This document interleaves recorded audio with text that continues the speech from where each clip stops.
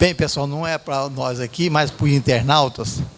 Realmente, nós começamos a reunião no meu escritório, ali na 94. Nós tínhamos uma casa lá e tinha a cozinha, né? Aí eu comprei 27 cadeiras e nós começamos a reunião lá. Então, era o Cidino, o João, certo? O Ivan, que trabalhava comigo, certo? Aí, depois que eu passei para o sindicato, nós colocamos nessa salinha aqui também. Aí foi aumentando o pessoal, aí não dava conta da quantidade de pessoal. Aí nós ia reunir lá no Sindicato dos Empregados. Aí passou o tempo, não deu mais também não. Depois reunir lá na Caixa Confederal. Passou o tempo, parou. Reunia na CIEG. Passou o tempo, parou. Depois reunia lá em Campinas, lá no Sindicato Cicopeça. Até que a gente fez os auditórios em 1998 e passamos para cá até hoje. Graças a Deus, durante esse tempo todinho, a gente sempre vem na reunião, deve ter, durante esses 26 anos, eu devo ter faltado aqui, no máximo, umas 2 ou 3 reuniões, certo?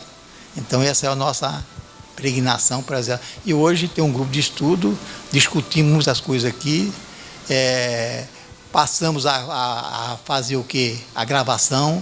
Essa gravação está interessantíssima, o pessoal talvez não venha aqui para depois assistir a gravação. Então, cada dia isso aqui também, olha, é modelo para o Estado. Me ligou uma pessoa lá de Joinville, falando que assiste toda terça-feira a reunião de estudo, aqui, e acha muito bom, e ele mandou um abraço para todos vocês, tá?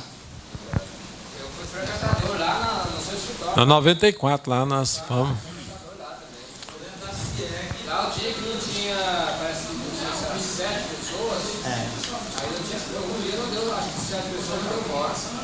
Não. Essa reunião é desde o tempo do DEC também, que era o Sindicato Aéreo do Setor Aeroporto. A gente fazia lá, a gente tinha um departamento de escritório, então o pessoal de escritório sempre reunia lá também. E aqui também nós chegamos a reunir, aqui era um quintalzinho, estendia.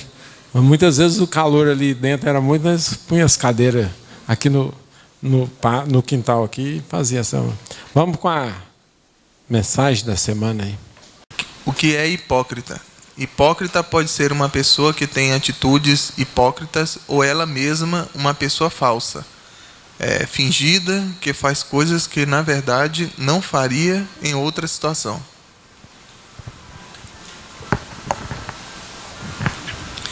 Relativamente à origem da palavra, ela vem do grego e servia para qualificar o ato artístico de representar um papel, sendo que inicialmente descrevia um ator ou atriz. Hipócrita é a pessoa que age como outra, que usa de hipocrisia, que não é leal e principalmente que não é alguém confiável.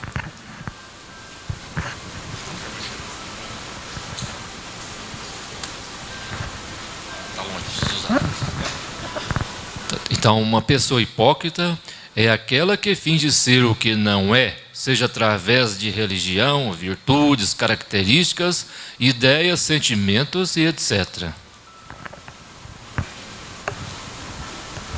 A pessoa hipócrita finge ter algo que não tem, seja para agradar aos outros, se aproximar de um determinado grupo ou até mesmo para melhorar a sua própria autoestima. Um ato hipócrita é quando alguém critica uma atitude de alguém, quando ela faz exatamente a mesma coisa ou até pior.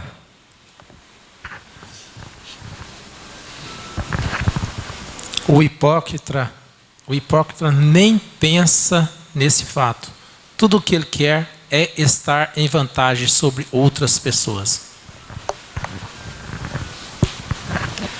Outro exemplo de alguém hipócrita é aquele que tem vontade de fazer alguma coisa e critica as pessoas que fazem, mesmo que ele queira apenas para diminuir os outros. Hipócrita também é uma pessoa dissimulada, demagoga, que finge ser algo que não é. Mateus 7. Não julgueis para que não sejais julgados, pois com o critério com que julgardes, sereis julgados, e com a medida que usardes para medir a outros, igualmente medirão a vós.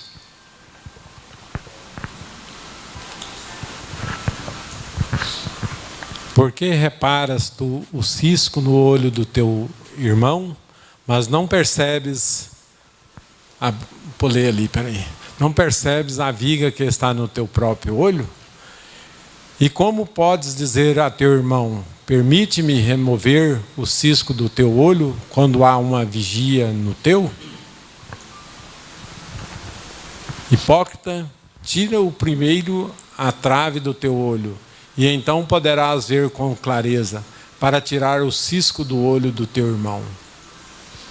Não deis o que é sagrado aos cães, nem jogueis aos porcos as vossas pérolas, para que não as pisoteiem e, voltando-se, vos façam em pedaços. Os hipócritas são como as tâmaras. O doce está fora, o mel nas palavras, e é dura dentro da alma. Quer dizer que não tem ninguém fingido aqui, não? Ou tem algum artista aqui?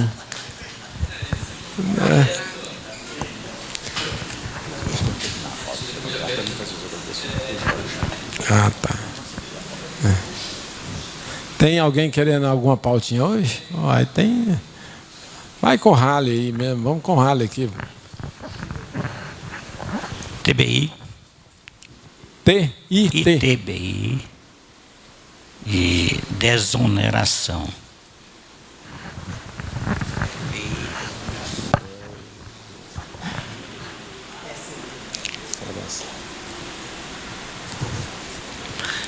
CRA. Não é o CRA, não. Ganho de capital.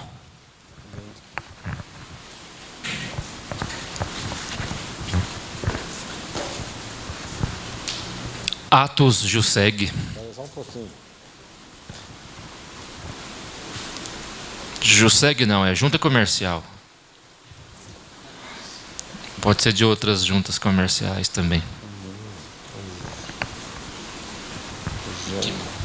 Ok. Mais alguém?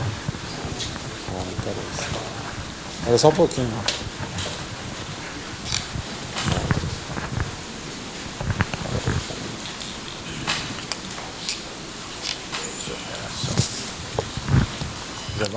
Distribuição de lucros.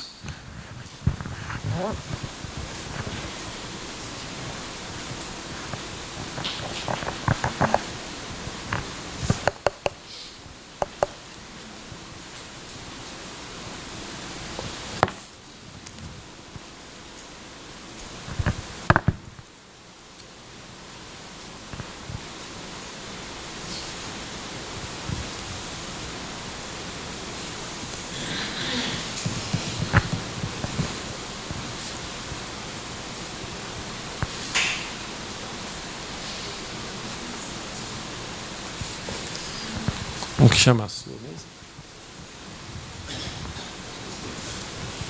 Olha aí.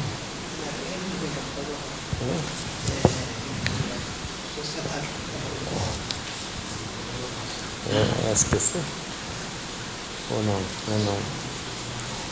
Compra de sociedade. Compra. O que é Veraldo, você fala tudo depois. Antes de nós entrarmos na pauta aqui, passava lá para o Ronan aqui. Boa noite, colegas. Gostaria, estou aqui trazendo uma mensagem, um agradecimento do Jorge Martins, lá da Receita Federal. Passa para nós aí, o Wesley, por favor. Então, aquelas doações, colegas, que nós fizemos aqui quando da palestra do Imposto de Renda, destinada lá à Receita Solidária da Receita Federal, eu achava que essas doações fossem para uma, talvez, entidade lá da Receita, mas são várias entidades. Inclusive, lá hoje, a gente chegando, o Elis, que também é o nosso colaborador aqui, participa de algumas entidades nesse sentido, lá descobriram-se com um dos auditores da Receita, que onde o Elis também presta sua assistência lá, como pastor, essa é a pessoa da Receita também, trabalha lá. Então, nós tivemos lá para fazer essa entrega desse produto, e como nós também arrecadamos parte em dinheiro, mas eu até vim mais dizer para vocês um testemunho, porque como que as coisas acontecem, as coisas na vida da gente.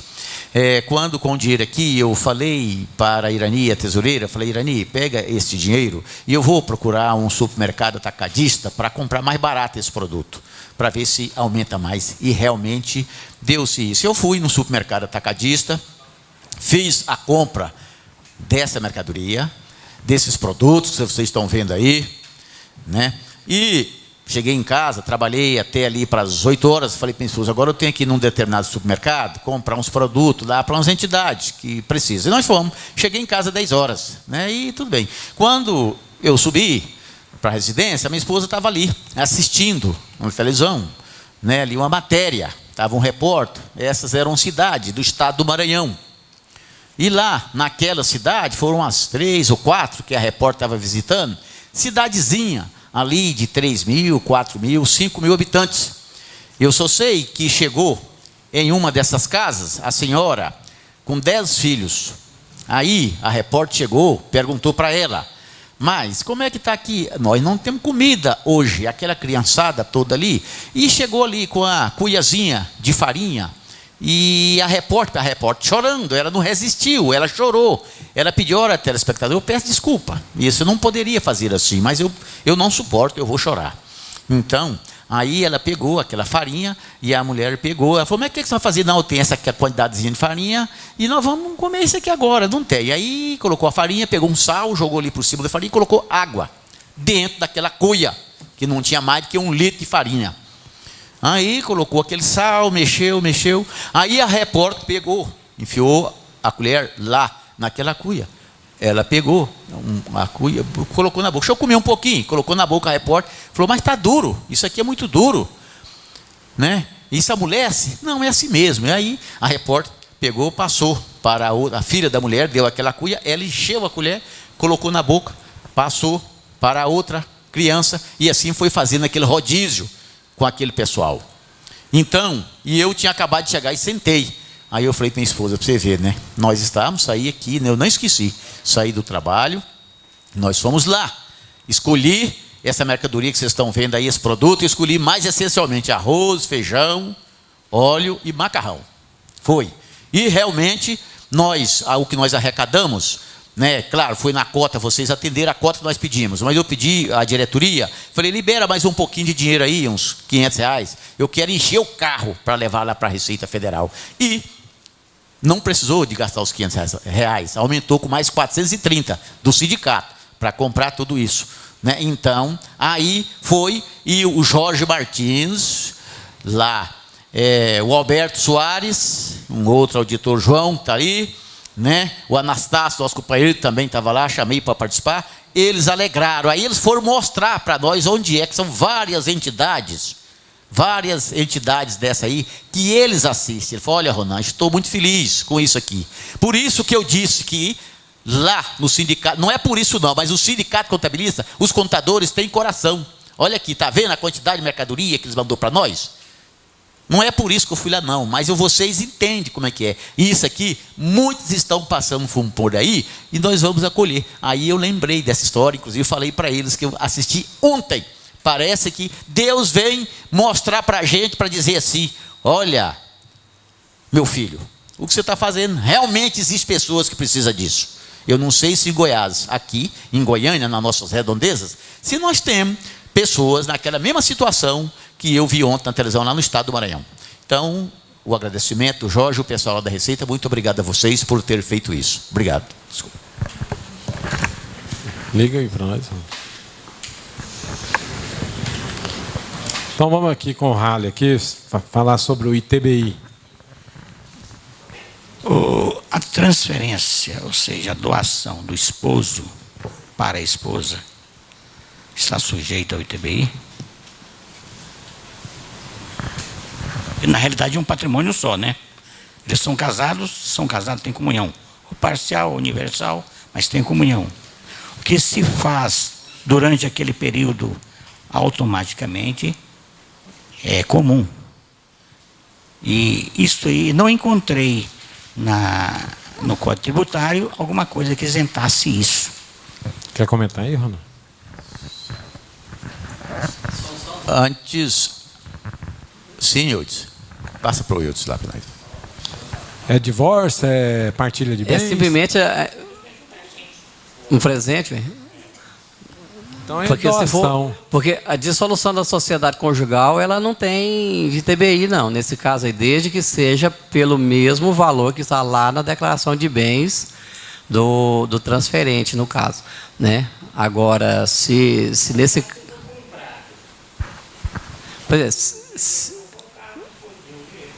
Então, aí, nesse caso aí, seria dinheiro. É dinheiro, então não é bens materiais, é bens imóveis, não. É só um dinheiro para comprar veículo. Não, nesse caso aí não tem, não, porque se é bem comum do casal. Mas se for bem comum, não, mas se ele fez declaração em separado e recebeu como doação, tem o ITCD. Aí tem o ITCD, se é doação, mas no caso entre marido e mulher não tem herança, né? Não tem, não. Aí os bens comuns do casal, mesmo que seja separado, é bem comum do casal, é igual a propriedade imobiliária, né? Aí o microfone aí. Eu não encontrei nada no Código Tributário do Estado que isentasse isso. A isenção, aquela que consta até R$25 mil, essas coisas. Não, porque é igual o Eudes falou, se são casados com comunhão de bens, são bem comum do casal. Se é bem comum do casal, pode ser declarado em qualquer uma das declarações. Se está numa declaração e quer passar para outra, faz só o histórico lá. Isso tanto faz ser dinheiro, patrimônio, bem, tudo. Porque se está declarado em uma das declarações e está querendo transferir para outra declaração, faz só lá baixa na declaração, faz que transferiu para a declaração do cônjuge. E o outro faz a inserção no ano base, falando que veio da declaração do cônjuge. O Geraldo aí, deixa o Geraldo. Não, às vezes, não sei se... Porque os bens comuns do casal, que tem gente que fala assim, não, esse carro é da Maria, esse aqui é do José. Então, aí, quando vai fazer a declaração dos dois separados, vai separar. Não pode. Os bens tem que simplesmente pôr uma declaração. Aí, nesse caso, igual você está falando, não vai haver transferência de doação. São bens comuns. Vai a declaração da Maria ou do José. Mas existe a opção. Não, está errado. O próprio só bens que é específico daquela pessoa, separação de bens. Quando é comunhão de bens, os bens comuns só vai numa declaração. Esse é o mais correto. Aí, se o José estava declarando os bens, foi insuficiente o ganho dele, aí ele vai pegar os rendimentos do cônjuge para cobrir os bens lá, tá?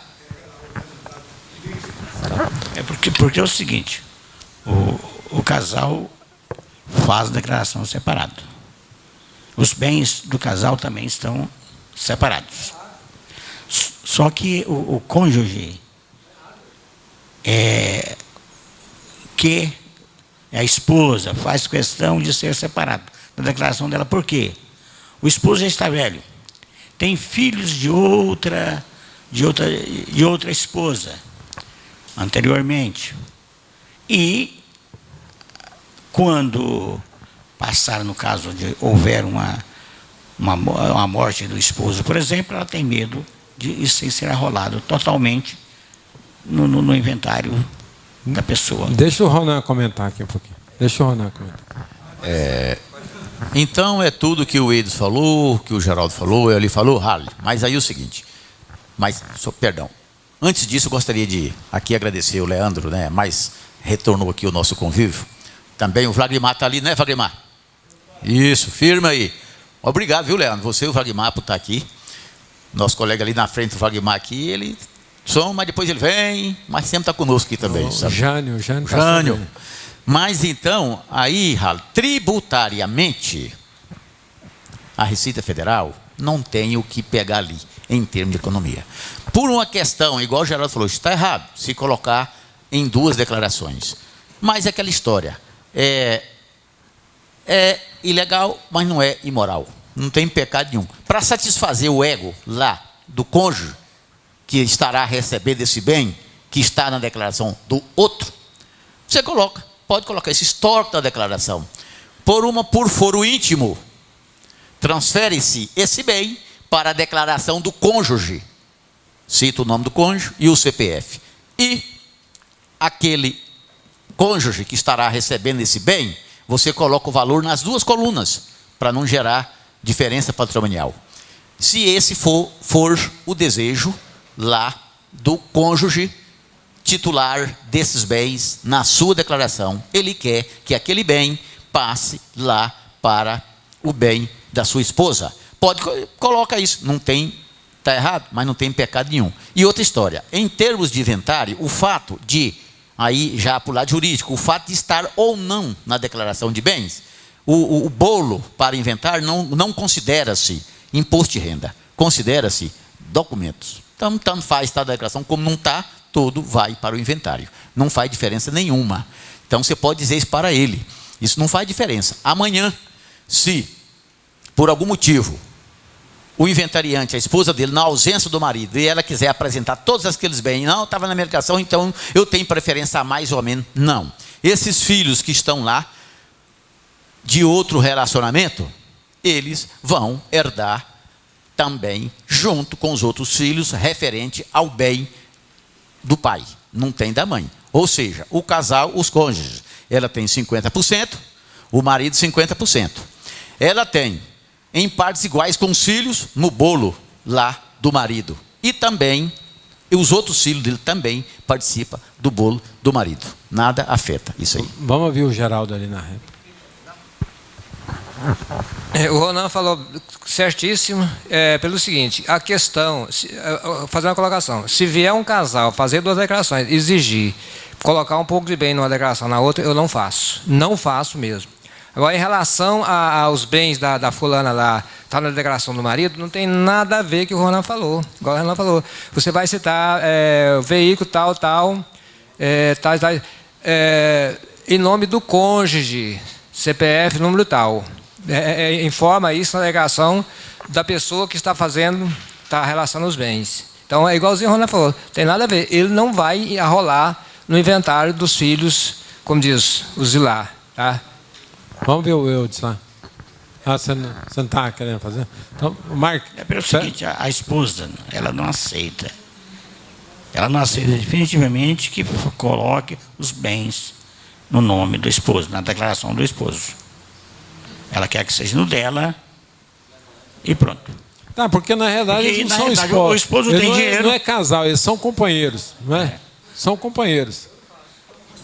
Eles são companheiros, tem convivência junto, não tem um documento matrimonial. Tem, são casados. São casados. Casados por comunhão parcial de bens. Mas se os bens estão em nome dele, não, mas no caso, se tiver no nome dela, os herdeiros dele não tem. Não, os herdeiros só dele. Então, você me explica, porque deixa o Ronan que é direito aqui para ele. Então é o seguinte, igual eu já disse. Aí, e ele não faz questão, pode ir para o nome dela.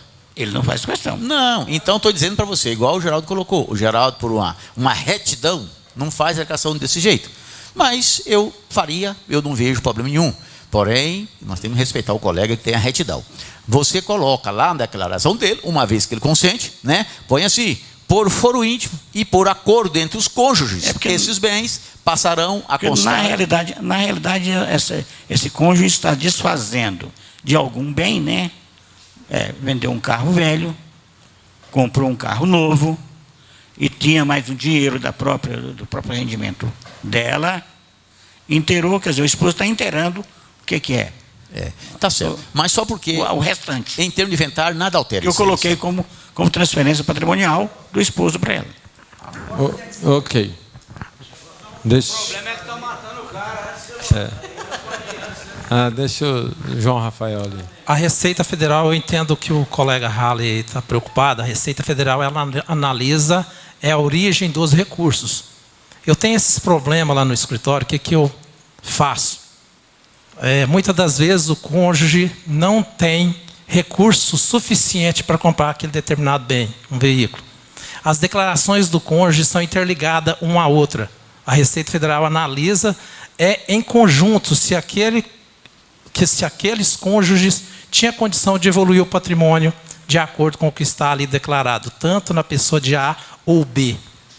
Então, eu trabalho dessa forma. Se vocês verem, no lado direito tem uma integração da declaração do cônjuge, tanto um quanto o outro. E a Receita Federal analisa a evolução patrimonial se está de acordo com os valores recebidos no decorrer do exercício em que aquele bem foi adquirido. E é assim que eu venho agindo e acredito que não está ferindo aí a nossa legislação. E em relação também à questão de sucessão patrimonial, eu concordo com o Dr. Ronan. Até inclusive essas questões de doação, elas também podem até afetar direito, tem que ter esse cuidado também, porque tem a parte da legítima, embora a gente sabe que esse valor de um veículo, com certeza, não vai atingir, talvez, a parte da legítima. Ok. Ronan, já que você lembrou de todos que vieram aí e tal, então tem um rapaz ali que você não citou o nome dele. Deixa eu ver se eu descubro quem é que eu não citei o nome dele aqui. Nosso colega aqui esteve aqui a semana passada, eu não falei o nome dele. Esse aqui esteve aqui a semana passada. Aí o Wendel falou para você, até agora você não descobriu. Ele parece com ali, né? Pois é. Bom, mas isso aí é porque... todos vocês estão aqui no nosso coração. Mas ele aqui, eu olhando naquela cadeira, eu estava enxergando o Eli. Entendeu? Então, por esse motivo. Como é que foi a mensagem de hoje?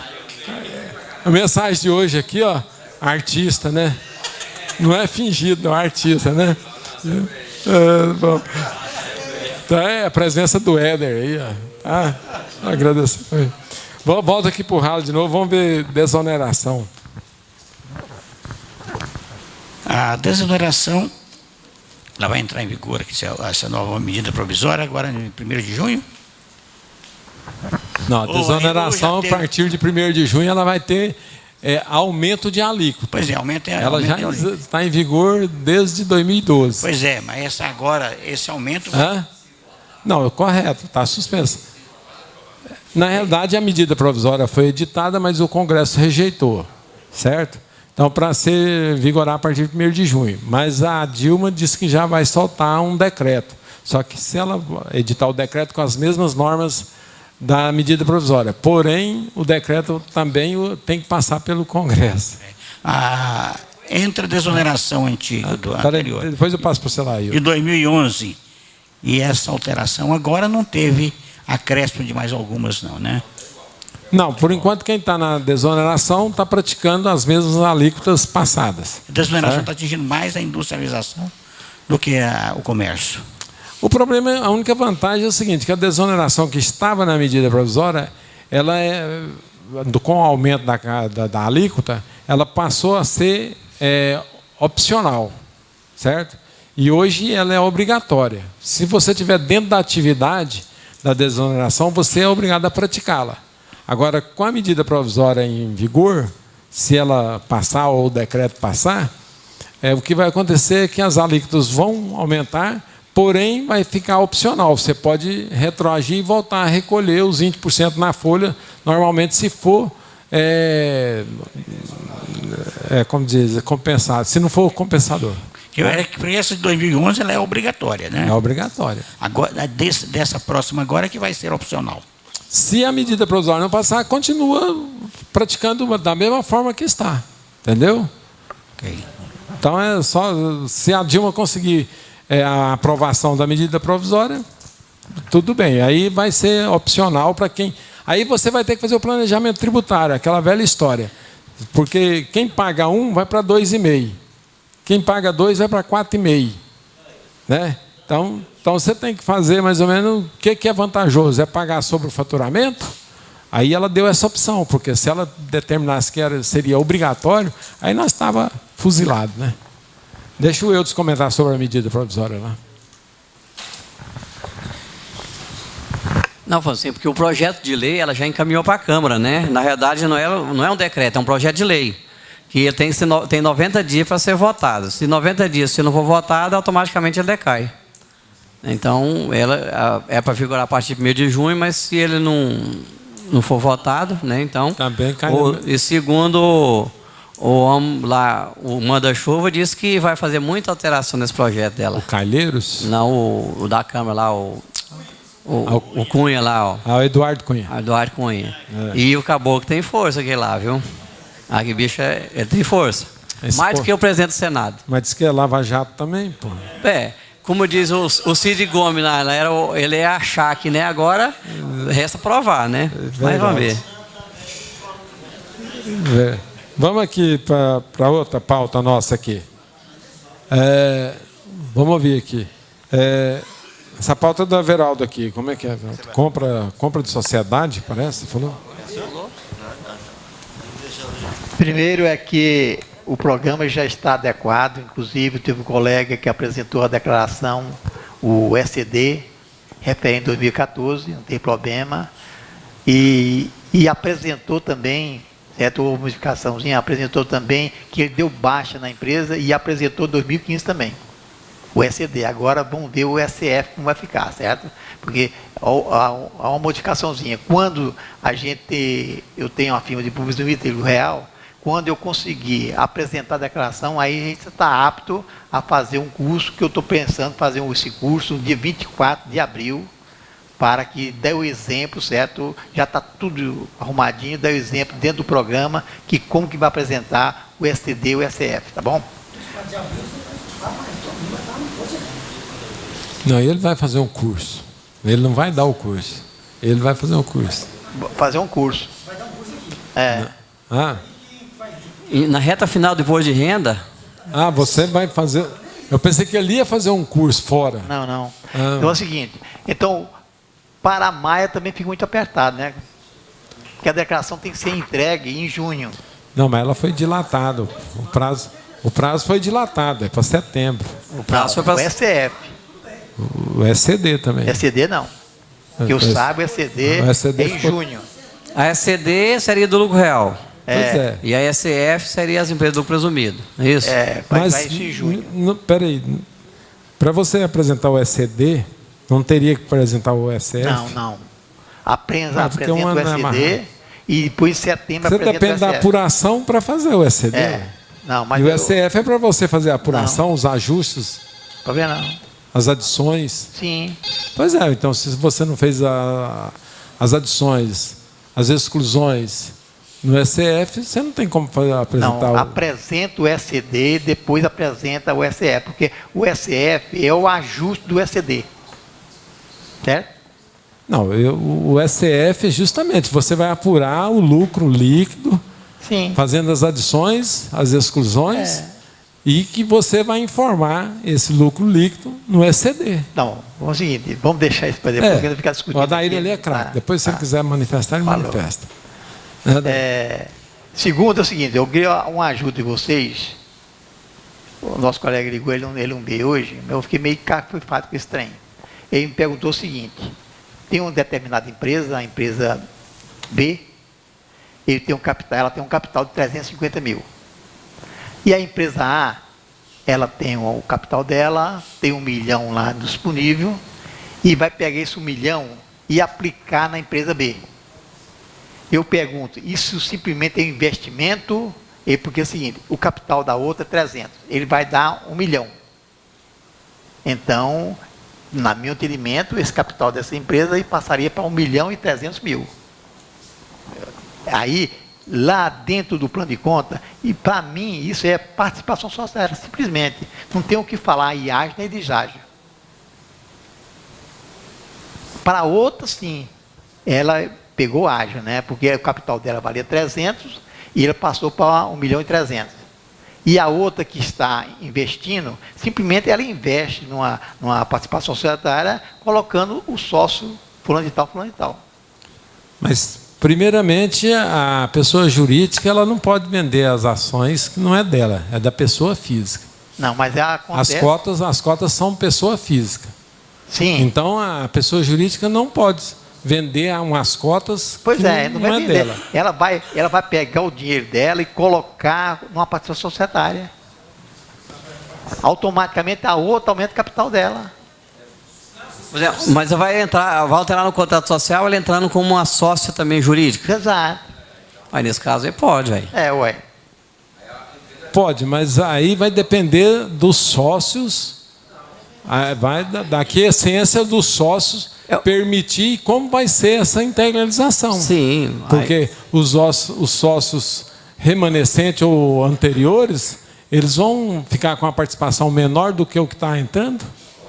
Ele tem um know-how? Vai. Espera aí. Deixa eu passar o microfone para você, mas... Não,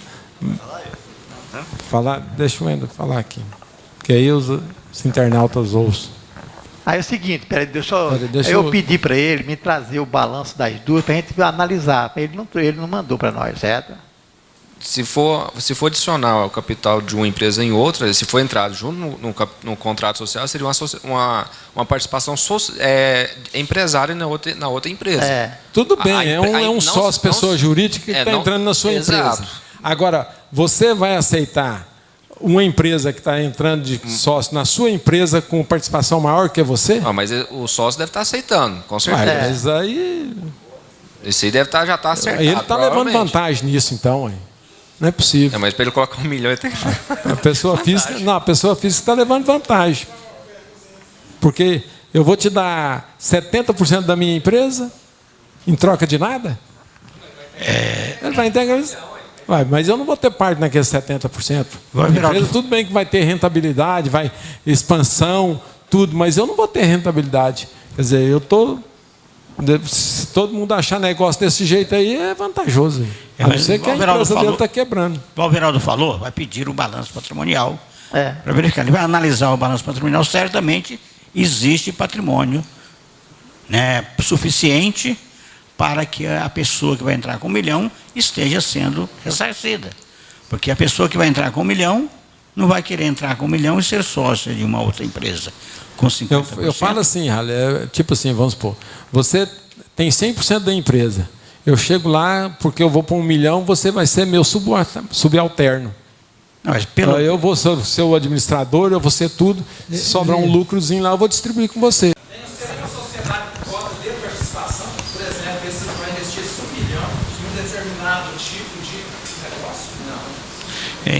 Ele vai participar, ele vai colocar participação societária. É investimento que ele está fazendo.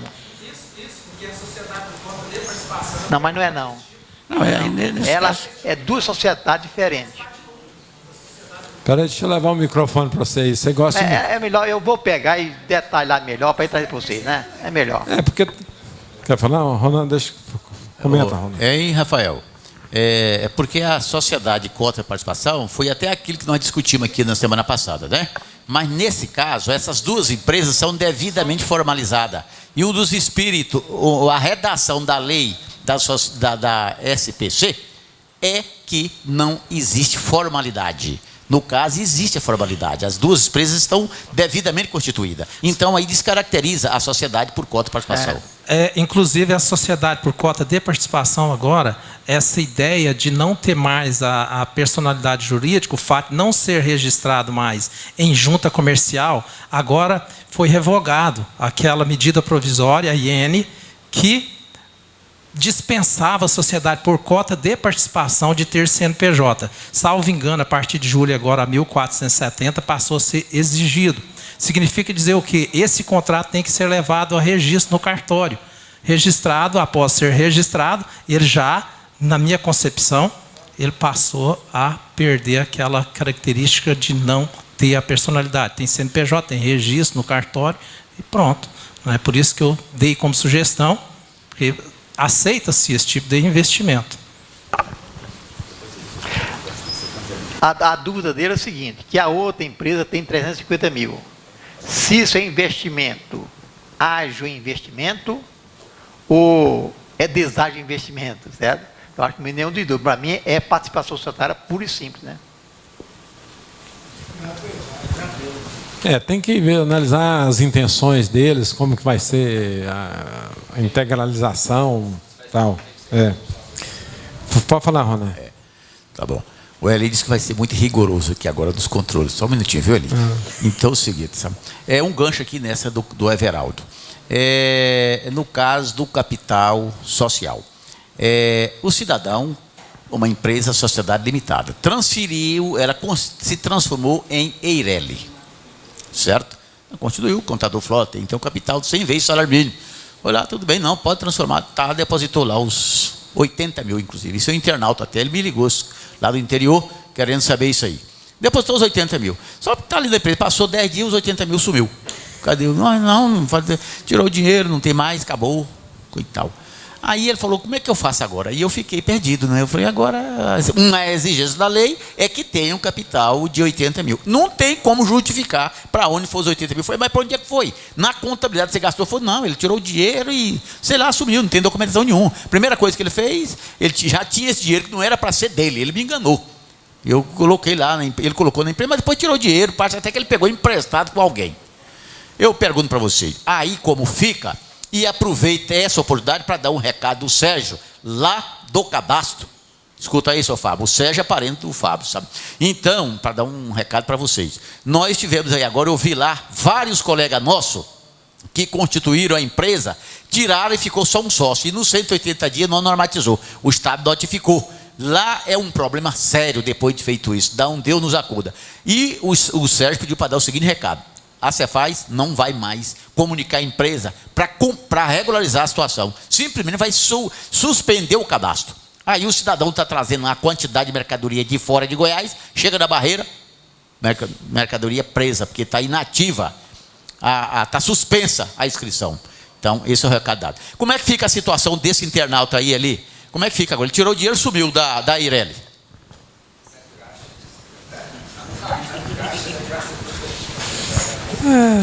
Mas, não, vamos Eudes, você quer o como é que fica o capital da Eireli aí? Você que ouviu o Ronan atentamente? O capital da Eireli, se ele integralizou, se ele tinha na conta, ele pode passar, tirar da conta, debitar o caixa, acreditar banco, e falar, o dinheiro está no cofre, e aí? Ele vai provar que jeito que ele não está com esse dinheiro? Infelizmente, você não tem como provar. Se ele tirou do banco, integralizou, provou que está integralizado, eu falei, gastei o dinheiro, tirei o dinheiro também, eu vou comprar à vista, e aí? Como é que vai fazer? Infelizmente, você não tem como provar a conta caixa onde você está o dinheiro. Vamos ouvir o Adair aqui.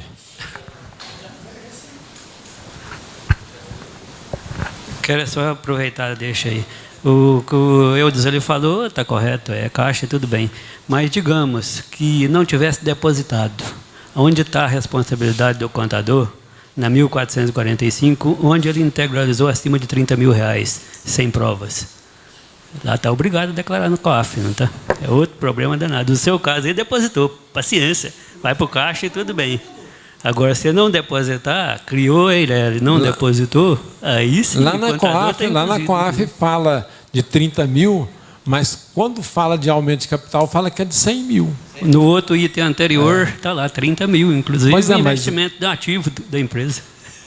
Mas tá certo, que a capital vai para o ativo na contrapartida. Mas então, colega, a gente faz assim porque o contador ligou preocupado, que nós sabemos disso aí, né? Quaisquer contratempos lá dentro da empresa, mesmo que não tenha sido responsabilidade do contador, o empresário pensa que ele é culpado. Se a mulher do empresário briga com ele, contador, você não tinha que deixar minha mulher brigar comigo. Sabe? Aí o contador está preocupado, aí os internautas. Então, como é que eu vou fazer, Ronan? Amanhã pode chegar o fiscal e cadê o capital? Eu não tenho, o dinheiro sumiu. Como? O Everaldo que é bom na contabilidade. Como é que faz isso aí, Everaldo? Não faz, né? Primeiro não faz. Primeiro, contabilidade é o princípio de de patrimônio, regulamento. Então, se ele integralizou, colocou os 100 salários mínimos lá no banco, está lá. Para ele sumir, ele tem que dar um lançamento. Como que foi feito isso? Simplesmente ele foi lá e tirou, isso é fraude mesmo, e vai para a cadeia os dois. Tanto o contador como o outro. Só o contador do outro, aqui ele está ali. Ó. Não, não tem nem que ficar nada não. Se ele assinar, ele responde. Ó, peraí. Eu recebi uma. Peraí, não vou amassar barro mais não. Chega, Mas cabe ele notificar o empresário e acabou. Serra, Zé Finias, fica amassando barro aqui sem nós saber nada. Então vamos buscar a opinião. Isso é verdade, sim. Não, mas é que o Eudes falou, o Adair comentou. É só ele. Na realidade, ele não precisava ser afoito e ir lá sacar tudo. Saca.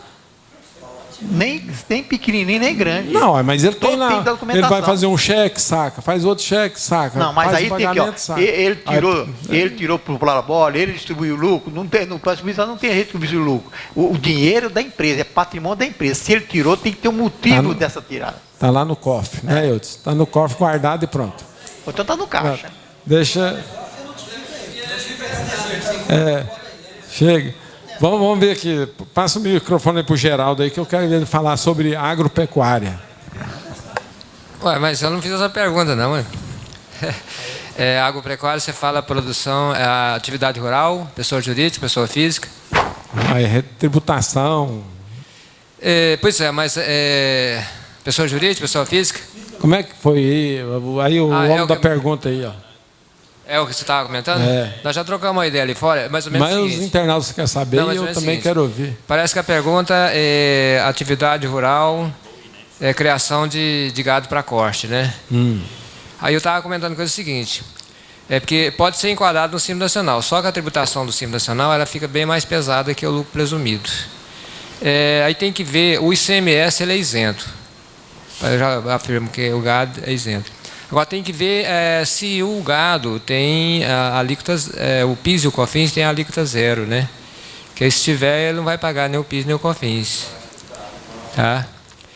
E a Previdência Social é 2,7 também, não perguntou essa parte, mas 2,7. O PIS, COFINS bovino é... Tem que olhar, eu vou olhar para ele. Eu vou olhar para ele, eu acho que também vai ser alíquota zero.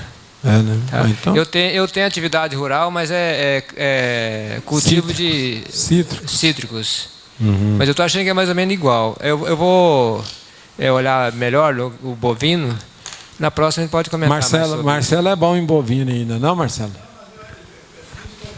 Fala no microfone aí, deixa eu ver aí. Porque a tributação rural hoje está sendo um problema sério. Porque a pessoa física hoje, com redução de 80%, quer dizer, para você abrir empresa hoje, você tem que estar muito bem estruturado para você abrir uma empresa, né? Porque você vai fazer a empresa é mais complexa, você tem que fazer... Aí você tem que ir para lucro presumido, ou algumas atividades você vai aí para empresa de pequeno porte, né? Mas ela, no rural, ela tem PIS e tem COFINS, normal. Outra coisa... Quando você vende matrizes também, você está no lucro presumido, vende matrizes, ele também é tributado como receita da atividade rural. ICMS tem? Tem ICMS, mas é um valor pequeno, é a alíquota pequena. Principalmente... Tem um crédito presumido, não tem? Parece? Tem um crédito lá, um crédito presumido. E mesmo ser cadastrado também no Ministério da Agricultura, tem umas alíquotas lá de 3%, uma alíquota bem mais baixa.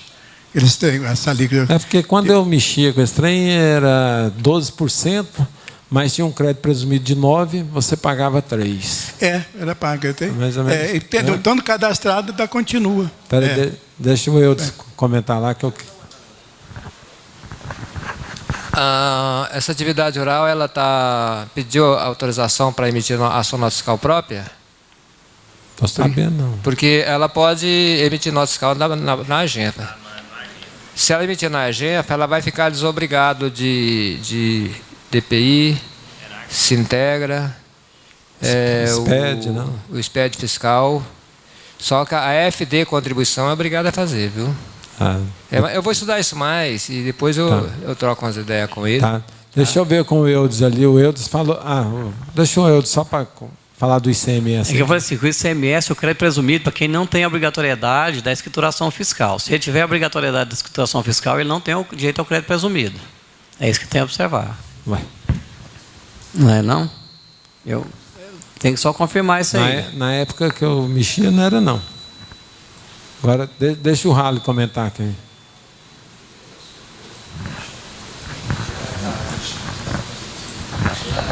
Eu quero perguntar uma coisa paralela à laranja, hein, Geraldo? No caso da banana, o produtor produz banana. A banana é totalmente isenta, né? Nesse caso, quer dizer, ele está vendendo banana, produzindo banana, vendendo banana. E colocando essas notas diretamente ao mercado, no consumidor. Então, isso aí entra só nos 80% de despesa e tributa só os 20%. É pessoa física, né? Física. É que o Marcelino falou. A pessoa física, ele vai tributar só 20%, ou seja, o máximo 20%. Porque se a receita, a despesa dele ultrapassar 80%, ele vai optar pela apuração do resultado. Se a despesa dele é menos de 80%, ele vai pela presunção, que é 20% da receita, aí tributa, a pessoa física joga na... E a vantagem é que tributa só imposto de renda, né? Exato. Então, hoje, que o menino falou, é muito importante a pessoa, quando tem uma atividade rural, fazer uma análise o que está pagando na pessoa física e o que ele vai pagar na pessoa jurídica. Porque a pessoa jurídica, além das burocracias que tem, né, principalmente porque tem uma instrução normativa que dá direito dele pedir autorização para ele emitir a sua nota fiscal própria. Quando ele passa a emitir a sua nota fiscal própria, aí ele tem todas as obrigações dos demais. Fala nisso, eu estou com uma consulta. E outra coisa aí dentro disso aí, a previdência social dele também está dando no rol das mais baratas também. Agora, a previdência social, tanto na pessoa física quanto na pessoa jurídica, é pouca diferença, não há quase diferença nenhuma. A pessoa jurídica também tem... 2,7. Pessoa física é 2,5. Não é 2,3, não? 2,5, né? E o outro 2,7. Então, quase não dá diferença. Agora, uma coisa interessante. Eu estou com uma consulta... de uma pessoa jurídica, atividade rural, está com mais de ano no Estado, até hoje não me responderam sobre esse assunto. Duro, né? Vamos ali... lá com o Eudes, ó. Falar do CRA.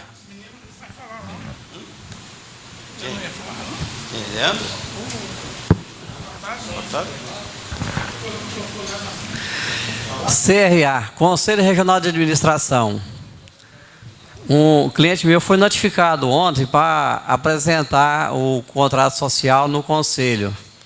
Então, eu estava observando aqui que, de acordo com a lei que eles mencionam, a Lei 4769 de 65, o artigo 2º, letra A e B, né, que é a respeito de administração por técnico em administração. A empresa dele é uma empresa de software. Ele faz software e loca inclusive para o Estado, essas prestações de conta do Estado, desse fundo rotativo. Então, a empresa dele é que faz esse software. Trabalha só ele e o sócio. E aí o Conselho notificou ele. Então, hoje, como eu não tive jeito de ligar no Conselho, que já vi isso aqui agora à tarde, já mandou no e-mail, para ver qual que é o fundamento. Eu sei que é fiscalização, mas assim, por que ele foi notificado e não tem noticiado até agora de mais nenhuma outra empresa que tenha sido notificada. Não sei se algum colega já teve algum caso nesse sentido. Eu trouxe mais isso aqui a tipo de conhecimento, né?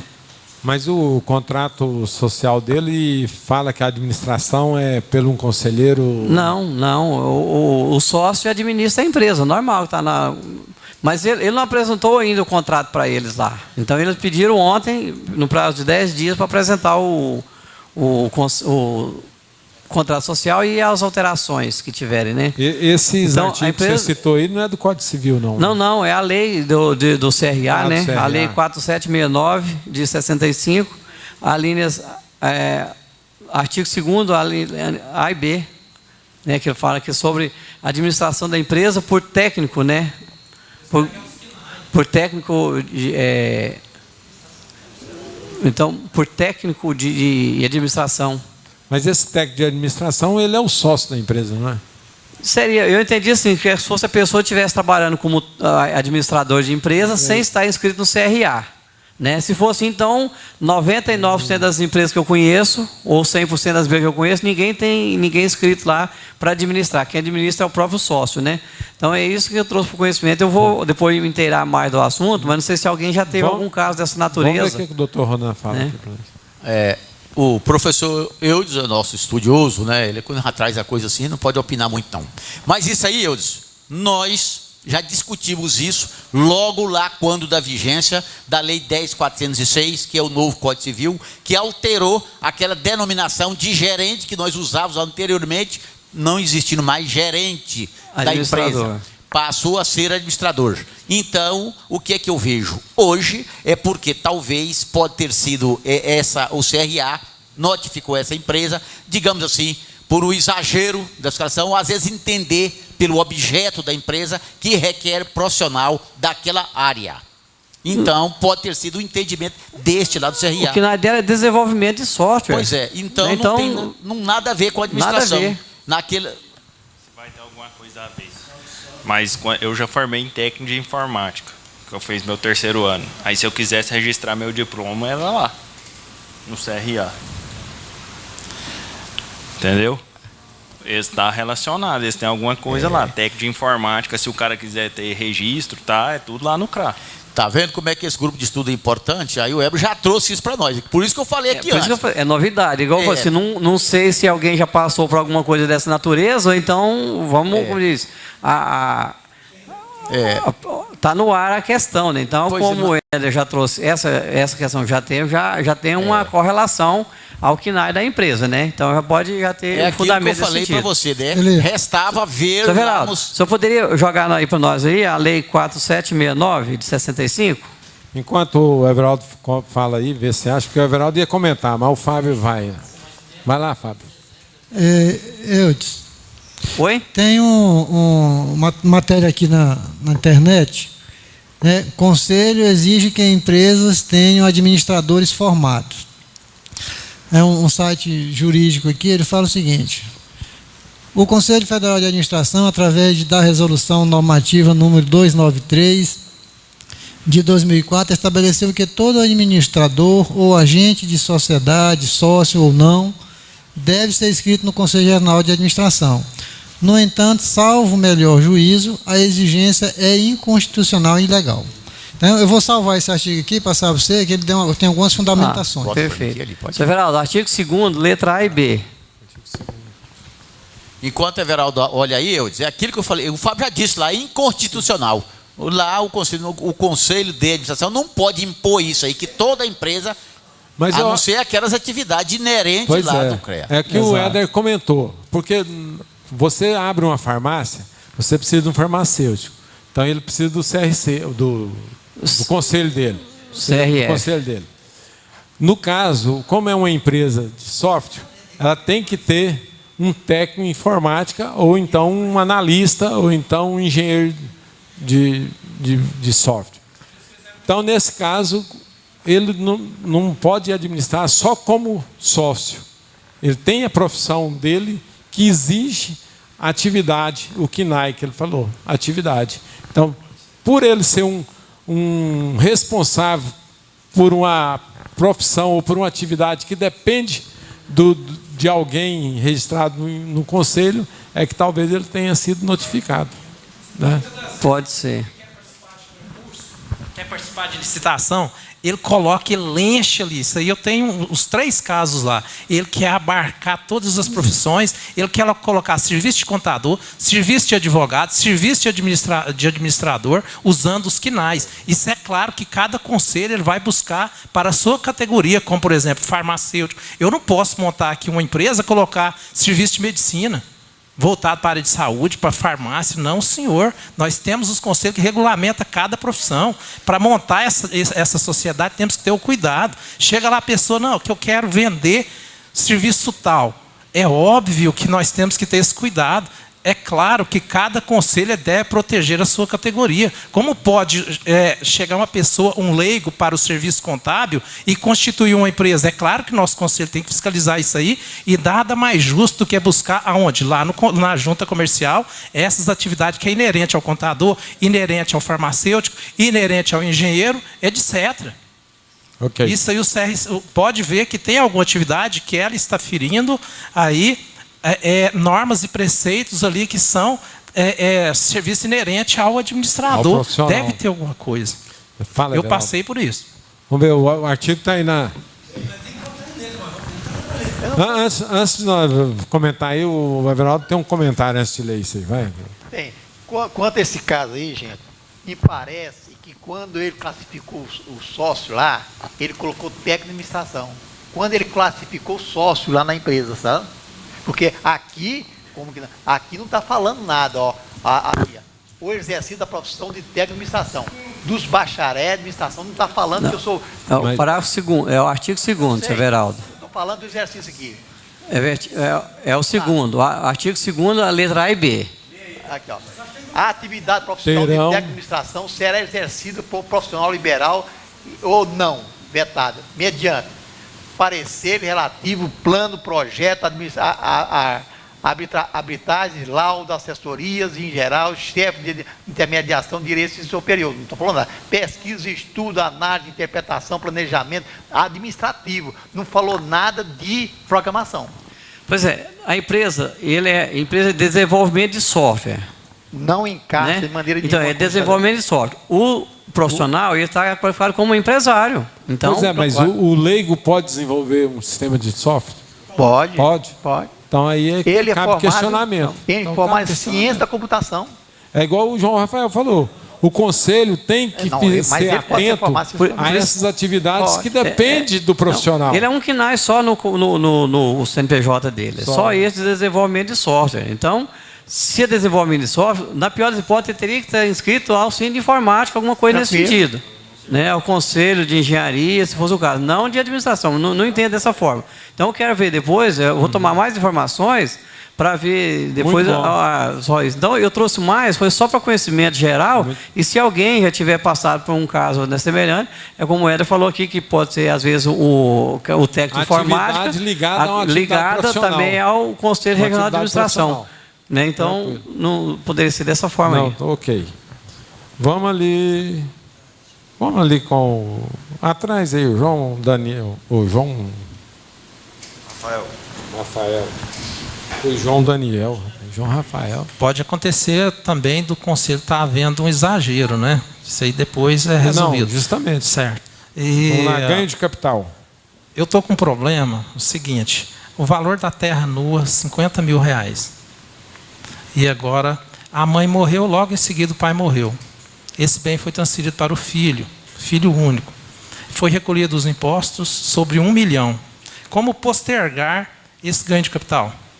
Eu vou ter que corrigir ali o inventário ou apenas lance pelo valor que está da terra nua e deixe isso para frente? Essa é a dúvida. Quer falar? Bem, pelos cursos que o nosso colega Jorge deu aqui, você pode fazer a opção, ou você declara o valor total para posterior, ou você deixa do jeito que está e do dia que você vender, você paga o ganho capital. Eu entendi também que fosse assim, porém, como gerou a dúvida, que eu cheguei a fazer o cálculo, o empresário quase... ainda bem que ele não era cardíaco, deu 142.500.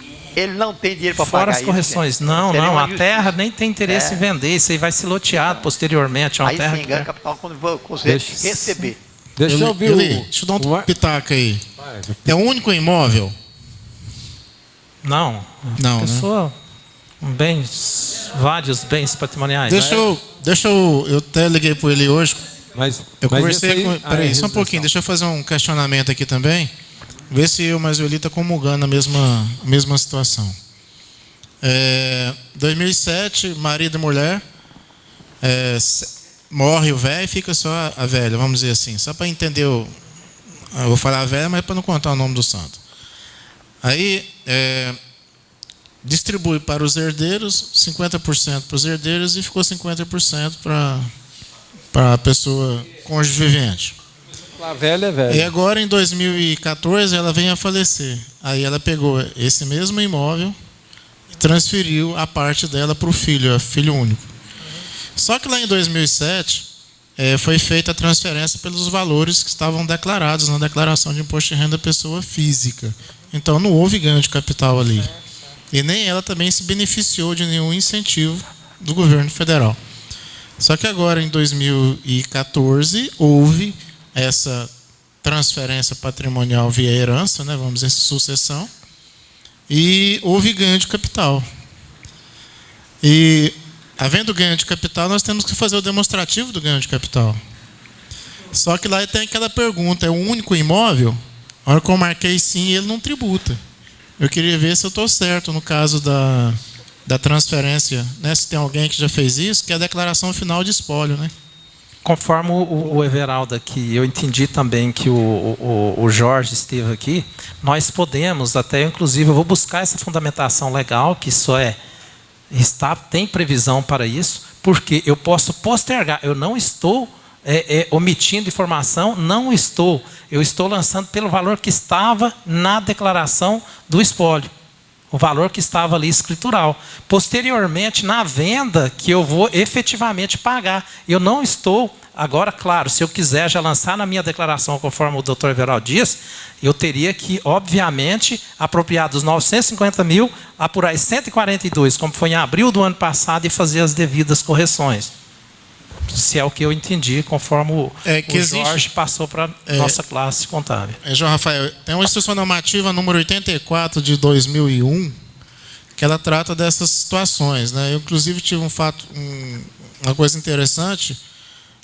Um cliente nosso vendeu um lote ali no setor Bueno, valor de quase 2 milhões de reais, e estava registrado na declaração dele de 79 mil reais. Aí o ganho de capital teve que apurar o ganho de capital. Só que ele não provava esses 70 mil reais. E lá em 1995, houve aquela transformação, passar os bens para o valor de mercado ou transformar o FIR que estava para reais, né? Nós, por segurança da gente, a gente optou por pegar aquele valor lá em 1995 para fazer o ganho de capital. A diferença foi 6 mil reais, não compensava correr risco nenhum com a Receita Federal. Então, o entendimento nosso, e também consubstanciado na instrução normativa número 84 de outubro de 2001, que nos deu essa sustentação legal para que nós pudéssemos fazer esse demonstrativo para esse nosso cliente. Então, só o resumo, até vou passar para o Eudes, parece que ele quer falar. Eu particularmente... Antes do Eudes, aí deixa o Ronan comentar. Ok, doutor.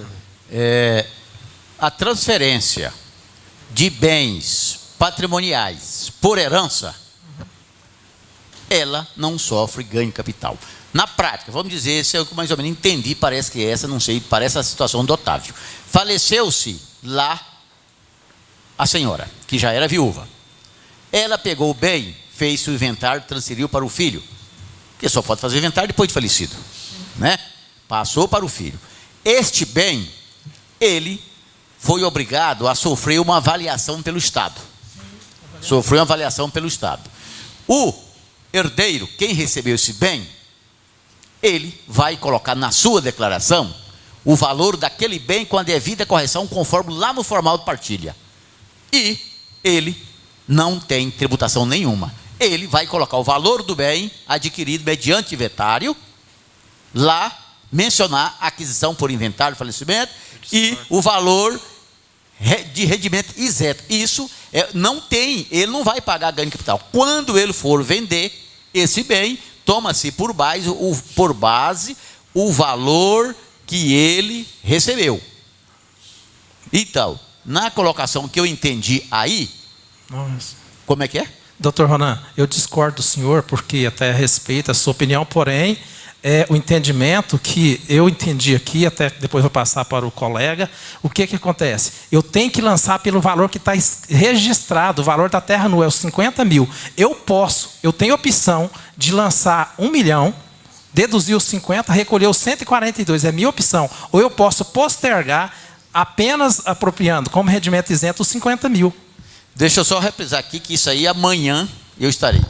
Eu disse o seguinte: a pessoa, o que recebeu aquele bem, sim, ele vai mencionar na sua declaração. Só os 50 e não 1 milhão. Ele vai receber conforme o formal de partilha, sem pagar imposto. Isso é que eu disse. E se eu errei, eu vou pedir desculpa e amanhã eu vou estar olhando. Okay. Isso é que eu disse, que a pessoa que recebeu o bem a título de inventário, ele, ao fazer a sua declaração, ele vai mencionar o valor daquele bem lá no formal de partilha. Não foi isso que eu disse?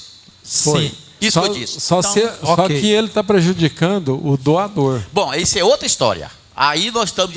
Nesse caso, a variação do falecido, do espólio lá, aí sim, o espólio vai para... Nós estamos falando de quem recebeu o bem. Agora, o falecido, naquela declaração dele, vai sofrer a devida tributação, porque transferiu com aquele valor.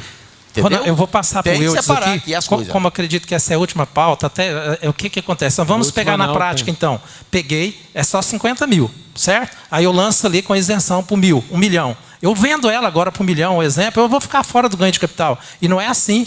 O morto, se ele fosse vender hoje essa terra nua, ele apropriou anteriormente das benfeitorias lá na dedução da atividade rural, então, obviamente, ele estaria, na prática, ele estaria com a sonegação do imposto.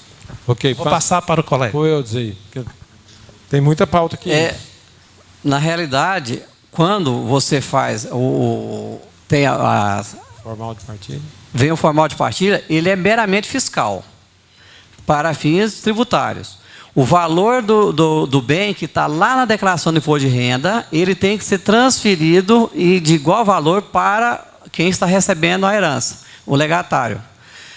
Ele tem a opção realmente de recebê-la pelo valor de mercado, mas para isso você tem que fazer o ganho de capital em nome do espólio, recolher, atualizar o valor do bem, aí vai para dele lá como bem isento na declaração dele, mas ele já tem que ter pago lá no espólio para atualizar o valor. Isso aí está na lei do ganho de capital, você pode observar dessa forma.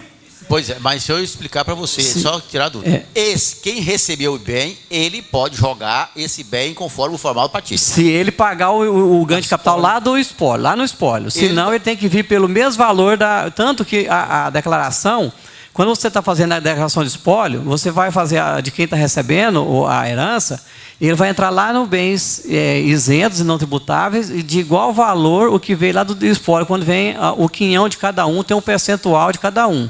Ele pergunta ao imóvel, se tem 10 pessoas, ele vai perguntar quanto que é a participação de cada um daqueles herdeiros. Ela tem que ser feita dessa forma. Então, ele não paga ganho de capital, ele vai receber por 50 mil, esse imóvel que vale 1 milhão, 2, 3, ele vai receber pelo valor da escritura que está lá, pelo valor lá do imposto de renda do decursos, lá do espólio. E quando ele for vender, aí sim que vai apurar isso aí. O fato que o Júnior falou ali, também ele está errado nesse caso. Ele não precisa fazer ganho de capital. Ele simplesmente vai declarar como bem de herança, tem um campo lá em isentos e não tributáveis, o campo de herança, que como ele vai fazer a declaração de espólio, final de espólio, lá da pessoa, dessa senhora, ela vai fazer o final de espólio, vem para o imposto de renda dessa pessoa também, mesmo que seja o único imóvel, mas vem pelo mesmo valor do formal de partilha ou do final da escritura de partilha. Pode ser o formal ou pode ser a escritura de sucessão lá. Às vezes pode ter uma adjudicação, mas tem que vir por esse valor lá do imposto de renda do espólio. Ele tem a opção, desde que ele pague e recolha o tributo em nome do espólio. Então, o espólio ele tem fins tributários normais. Então, o que você está dizendo é o seguinte: quem recebeu este bem, o herdeiro, se colocar lá na declaração dele, pelo valor do formal de partilha, ele é responsável pelo imposto lá do espólio. Ele tem que recolher no espólio e já vir na declaração de final de espólio. Ou ele tem que recolher? Não, ele pode recolher, mas tem que recolher em nome do espólio, para depois ele receber na declaração final de espólio, aí ele vai fazer a atualização. Digamos igual esse exemplo que o João Rafael estava falando, o cara 1 milhão, ele quer passar pelo valor de mercado. O que ele vai fazer? Recolhe-se o ganho de capital em nome do espólio, no CPF do espólio, atualiza esse bem, comprovando que houve o ganho de capital, aí vem para o imposto de renda dele, na coluna de bens, na coluna de 2014, o valor final que seria o valor que recebeu. A contrapartida vai estar lá em bens de herança, que tem lá no isentos e não tributáveis, que inclusive é um CPF de quem seria do espólio. Eli, só um minutinho, até nós estamos na época do imposto de renda, isso não vai perder muito tempo não, só para aclarar de novo que eu não entendi. Eu quero saber o seguinte, o herdeiro, ele é responsável pelo pagamento, se ele colocar pelo valor lá do forma partilha, eu quero saber se ele é responsável pelo pagamento do espólio. Ronan, espera só um pouquinho, Eudes. Deixa eu entrar aqui nessa seara. Não. Esse slide está aqui no site da Receita. A transferência dos bens e direitos aos herdeiros e legatários pode ser efetuado pelo valor constante da última declaração de bens e direitos apresentado pelo decurso ou pelo valor de mercado. Se a transferência for efetuada por valor superior ao constante na última declaração do decursus ou do custo de aquisição, a diferença constitui ganho de capital tributável sujeito à incidência do imposto de renda à alíquota de 15%. O inventariante deve apurar o ganho de capital por meio do programa demonstrativo de ganho de capital do ano calendário correspondente e, se for proferida a decisão de sua lavratura da escritura. Foi o meu caso. Ele passou por valor superior ao que estava na declaração. Isso aqui está no site da Receita Federal, gente. Perguntas e respostas. Então, declaração final de espólio. Ó. Matou, aqui, Otávio. O inventariante que tem que pagar. Não é quem recebeu. O inventariante é o espólio. É o espólio. Pois é, a pessoa que está representando o espólio. É o espólio, mas não é espólio. quem recebeu, meu amigo. O inventariante, digamos o seguinte, o inventariante é quem fez lá, mas eu posso ser o herdeiro e não ser o inventariante. Pois é, gente, mas vamos analisar. Aí tem que recolher em nome do... Espera só um pouquinho. Deixa o Odair falar aqui, que o Odair está querendo falar há muito tempo. Peraí. Bom, já foi amplamente discutido, mas vamos começar do começo ali. Vamos lembrar, o que é isento? O Otávio ali disse, ó, aquele que vendeu um único imóvel até 440 mil, não utilizou esse procedimento nos últimos 5 anos, vai gozar da isenção. Outra isenção, os 35 mil no mês, não interessa aí. Outra isenção, 180 dias na aplicação de novo imóvel residencial. Esses 3 detalhes têm que ser observados para apurar o ganho de capital. Segundo, é inventário, aplica-se a IN 81, o artigo 10. A transferência é feita pelo valor da declaração do espólio ou valor de mercado. Sendo o imóvel antigo, é interessante pôr o valor de mercado e apurar o ganho de capital, porque praticamente vai dar, em muitos casos, isenção. Essa é a regra geral. Segundo, se você pegar a orientação para cálculo do imóvel rural, até 96, aplica-se a regra da 9.249. A partir de janeiro de 1997, tem uma lei 9.393, se não me engano, que diz que pode aplicar a terra nua. A orientação está lá ali, inclusive. A orientação está na pergunta e resposta 548. Você pode usar o valor da terra nua, desde que o declarante tenha declarado na declaração de aquisição, tanto no ITR dele, todos esses valores, e também no valor da venda. A diferença será apurada do ganho de capital aí. Leia a perguntas e respostas, se não me engano, 548, ela vai orientar nesse sentido. Tem também uma solução de consulta 103 de 2006, se não me engano. Ela orienta que essa regra é aplicada com base nessa argumentação. Perfeito. Então, observa aí a Lei 9.349, a 9.249, a 9.393 e N 81, artigo 10. 2001. Isso. São esses detalhes que tem que olhar. E computador. A única coisa que variou aí, que eu ia até perguntar para o Marcelo, era que seria o negócio do ITR da terra nua, né? Que a gente pode usar esse valor. Mas, na realidade, acho que morreu, porque o Adair, além de expressar muito bem, ele citou os dispositivos legais todos. Só complementando que está falando da terra nua, quando você faz a terra nua pela apuração, que for de 93 para cá, o ITR 96, né? Então é o seguinte, então no caso de janeiro de 97, você pega o valor da terra no VTN, né, da última declaração, menos o VTN da declaração da data da compra, apura o ganho de capital 15%. O valor excedente a isso aí, da venda, você joga e tributa ele com uma receita da atividade rural.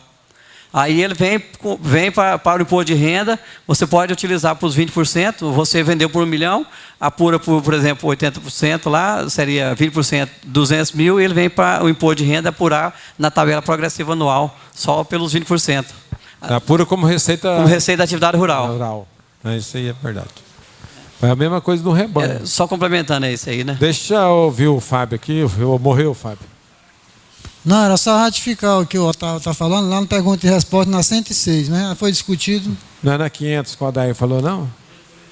Também a 106 trata da questão do transferência de bens e direitos a herdeiros. O Zé Valdo quer ir embora, mas nós não vamos deixar não, viu? Tá certo. Vamos ali com o Jânio ali, ó, lá na junta comercial. Ali é o seguinte, eu fiz uma alteração de um ato constitutivo, de um EIRELI, criando uma filial em Guarulhos, São Paulo. A junta de lá, acho que é prática em todas as juntas, eles pedem uma via do ato constitutivo ou contrato social, mais a certidão simplificada, né? Eu encaminhei o ato constitutivo, aquele da Rede Sim, que tem no rodapé o número do protocolo e a chavezinha lá para quem quiser consultar a veracidade do ato constitutivo, possa fazer. Chegando lá, a junta comercial de lá exigiu, me disse que não teria validade esse ato constitutivo, essa nova regra. Aí eu pergunto para vocês, até que ponto essa situação... Infelizmente, Jânio, acho que nós temos que reunir aqui os contadores e no novo presidente da junta comercial aqui de Goiás, reivindicar isso, porque eu também, aconteceu comigo, eu fiz no Paraná a mesma coisa, no Rio de Janeiro a mesma coisa, São Paulo a mesma coisa também, já fiz. Agora, o que acontece? Eu, pelo menos, eu tenho um cara aí que trabalha comigo lá, ele tem uma penetração nos cartórios aí muito boa. Então, porque nem o cartório tira cópia autenticada daquele trem da junta, entendeu? Porque ele diz que não é original. Você mostra que é rodapé para ele, tudo. Aí você tem que ir no cartório, autenticar aquela cópia da junta e tira uma certidão simplificada e faz o processo lá, certo? Aí ainda tem um outro agravante, porque lá é Redigim, Regim, no Rio é Regim, no Paraná é Redigim, no Paraná. Em São Paulo, aí o que acontece? Eles não têm o sistema eletrônico. No Rio não tem capa, não tem FCN. Sabe o que ele me falou? Não, você vai na papelaria, compra a capa e preenche a máquina ou em letra de forma. Falei, não é possível, meu Deus do céu. Desse jeito. Eu acabei de fazer um processo lá no Rio, agora um no Paraná e outro em São Paulo. Dessa forma. A única forma foi, autentiquei as cópias e mandei, porque não adianta você ficar chorando para eles lá, que realmente não aceita. Entendeu? Ronan.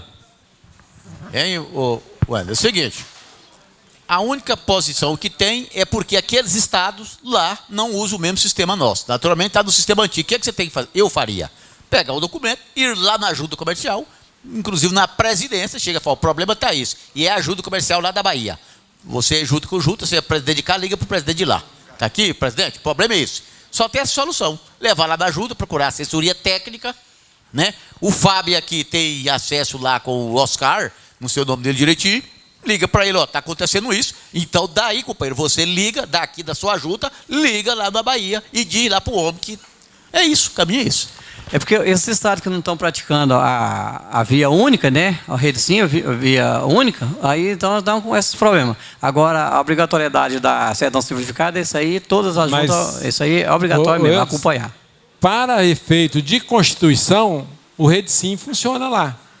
Só que para alteração mas não está funcionando no via única, né? Eles não estão praticando via única, eles sabem que o via única... Você entra, tem o site, né, do Rede Sim lá, só que alguns estados é outro nome. É porque no Rio é Regim. E o cartório, no caso, você vai levar lá e falar assim, eu quero que você acesse o site da junta, você vai tirar para você ter validade, ver que esse documento é autêntico, para você Rapaz, autenticar, tem que ser sabe o que eu fiz no Paraná? Que foi o primeiro. Eu tirei aquelas máscaras, as folhas dos procedimentos todinho daqui, mandei para eles, o rodapé, escrevi tudo. Aí ele falou, infelizmente, nós estamos atrasados. Você tem que fazer do jeito que nós precisamos aqui. Aí eu vou discutir com ele, eu quero o meu processo na mão. É igual o Ronan falou aqui, você vai lá na junta e tal. O tempo que você vai gastar para... O cara reconhece firma, autentica e pronto. Mas o certo seria fazer igual o Ronan recomendou aqui, ó. Deixa só o Éder falar, eu volto para você. Eu ia falar, Ronan, eu também faria o que você falou aí, mas você é o Ronan do sindicato, esse te atende, né? Agora a gente chegar lá, meu amigo, eles põem num buraco lá, principalmente lá na Praça do Sol, lá, um senhor do apoio técnico lá. É brincadeira, nós podíamos juntar aí, pôr uma pessoa lá para tentar orientar a gente melhor, porque você consegue, o Everaldo consegue, meu pai consegue, o Júnior, agora ele, chegar lá, meu amigo. Tchau. O cara fala, vaza daqui, some, sai de perto de mim, não te conheço. Passa pro Jânio lá. Mas o certo é isso aí que você está falando. O meu caminho também seria esse aí. Passa pro Jânio lá enquanto o Fábio fala. Bem, eu tive com o presidente da junta, inclusive o jornalzinho Mensário Contábil que está no nosso site, tem uma entrevista com ele, né? Rafael Lousa, novo presidente da junta. Ele se mostrou acessível, disse que está disponível a ouvir a categoria, as sugestões, entende que a categoria contábil é um elo entre a junta e o empresário. Então, amanhã, se você vem aqui, a gente vai lá amanhã, ele está aberto, já solicita a implementação e mudar isso aí, agilizar. Não, vai comigo, mas eu vou solicitar que ele agilize para todo mundo. Eu te ligo, então. Ok. Bom, concluindo, eu tive que solicitar aquela certidão de inteiro teor, porque nelas eu suponho que vem o selo da Junta Comercial do Estado de Goiás, só que vai demorar 3 dias, e o meu cliente está com urgência. Certo? Mas 3 dias certidão úteis. eletrônica hoje não vem com um selo mais, não. Mãe. Tudo é eletrônico, tudo daquele jeito lá. Pois para você ver, nós chegamos. É um A4 impresso. Pois é, eles me falaram que vem com o selo da Junta Comercial no verso. Não, antigamente vinha bonitinha, né? Papel ouro. Não, então... Né? Agora é... Fim de linha. Né? Agora... Se você tirar... Fala. Se você tirar, pagar, fez a alteração, fez a Constituição, qualquer ato da junta, se você não tirar a cópia em 90 dias, acabou, viu? Você não tira mais. Você tem que pagar outra. Ué. Não, você cria um arquivo PDF lá e salva lá em PDF e pronto. Você tem que salvar em PDF. E tem muita gente que não sabe que tem que salvar em PDF. Mas toda vez que você entra com aquele número do processo, você enxerga lá, porque é uma da forma que você pode não imprimir. Mas você enxerga o documento lá. Porque a veracidade daquela autenticação é aquele protocolo. Então você tem que ver. Deixa o Zé Walter falar aí um pouquinho. E se solicitar uma fotocópia da junta comercial, ela não sai autenticada, não? Não. Pode ser que ela saia uma autenticação daqueles carimbos. Eu não sei, ultimamente está esquisita a junta. E outra coisa que não é para falar mal, não. Mas nós tivemos uma junta fácil, que não foi uma porcaria, não deu em nada. Depois o Cacheta veio aqui, eu questionei ele, falei, olha, o outro veio aqui e falou que era assim, assim, assado. Ele também não fez nada e deixou o bonde andando. Agora esse aí está com boas intenções, o inferno está cheio, tá? De boas intenções. Então, eu acho que nós precisamos chegar mais duro nesse pessoal, porque chega de bater palma para eles, entendeu? Então, se quiser cortar aí depois, corta. Vamos para outra pauta aí, vamos amassar a barra aqui mais não. Distribuição de lucros, Walter. É difícil, hoje eu tive que levantar de madrugada, fui levar meu filho no aeroporto, então não é fácil. Mas a pergunta é o seguinte: em março faleceu uma sócia. E como que eu faço com a distribuição de lucros, se ela deve ser feita equitativamente de acordo com as cotas? Fala aí, já. E como que eu coloco na declaração do Simples? Os rendimentos do espólio é normal, como se fosse uma pessoa. Então, eu entendo o seguinte: faleceu, já fez a partilha? Não. Então, você vai fazer a distribuição de lucro como se ele estivesse vivo. Aí, ele vai declarar a distribuição de lucro lá na declaração do espólio, até que seja feito o inventário. Eu entendo dessa forma. Tem que fazer o balanço patrimonial, apurando o lucro, ver como é que vai ficar a divisão, né? E se é lucro só, como é que é? Fez o balanço patrimonial, achou os resultados. A intenção qual que é? É os herdeiros assumir a sociedade ou está querendo tirar lucro mesmo? Só tem um herdeiro. Então vai ser a substituição automática, correto? Certo. O advogado... É empresa individual ou limitada? Limitada. Limitada. Vai ficar o pai e o filho. O advogado pediu o balanço de dezembro, aliás, o juiz. Então, aí que está. E pelo que eu vi falar, já saiu o inventário, só que o dono, o marido ainda não quer fazer a distribuição ainda. Porque, na realidade, há necessidade de distribuição de lucro, porque, nesse caso aí, acho que o mais importante é fazer o inventário. Deixa eu dar um pitaco aí. Opa. Zé Walter, na data do falecimento dessa pessoa, levanta um balanço extraordinário na sua contabilidade para efeitos de sucessão. Inventário, essas coisas, o que for. Faça esse balanço, as demonstrações contábeis e continua na sua sequência. Aí você pega aquilo lá, naquela data, o patrimônio da empresa é aquele valor que está ali. Então, a partilha será em cima na data do falecimento dela. Nós tivemos um colega nosso, ele me procurou uma ajuda a respeito disso, que faleceu a pessoa e foram lá para... foi judicial o processo de partilha. O juiz determinou que fosse feito o balanço patrimonial na data do decujus, apurou-se todo o patrimônio, aí fez a divisão, tá? Porque estava litigiosa essa situação. Eram 2 sócios, um faleceu, então estava litigiosa essa situação. Então, o procedimento foi esse. É uma, vamos dizer assim, uma precaução, um princípio da prudência que a gente tem na contabilidade, que você pudesse fazer isso. Não vai te atrapalhar em nada você fazendo isso, e você faz e você apura. Porque, às vezes, você vai fechar o balanço em 31 de dezembro de 2014, vai apurar um lucro de 200 mil, sendo que lá na data do falecimento o lucro seja, por exemplo, 50 mil. Tá? Então, por precaução, a orientação que a gente teve a esse respeito, que você fizesse esse balanço nessa data do falecimento e você demonstrasse isso dentro do livro diário, livro razão, e continuasse a sua sequência da sua contabilidade.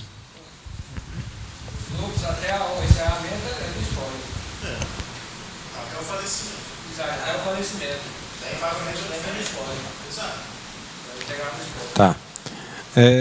Dá o microfone aí para a Daí responder uma pergunta aqui. Daí, nós já falamos isso aqui na reunião, mas eu não achei a reunião e a pessoa quer saber.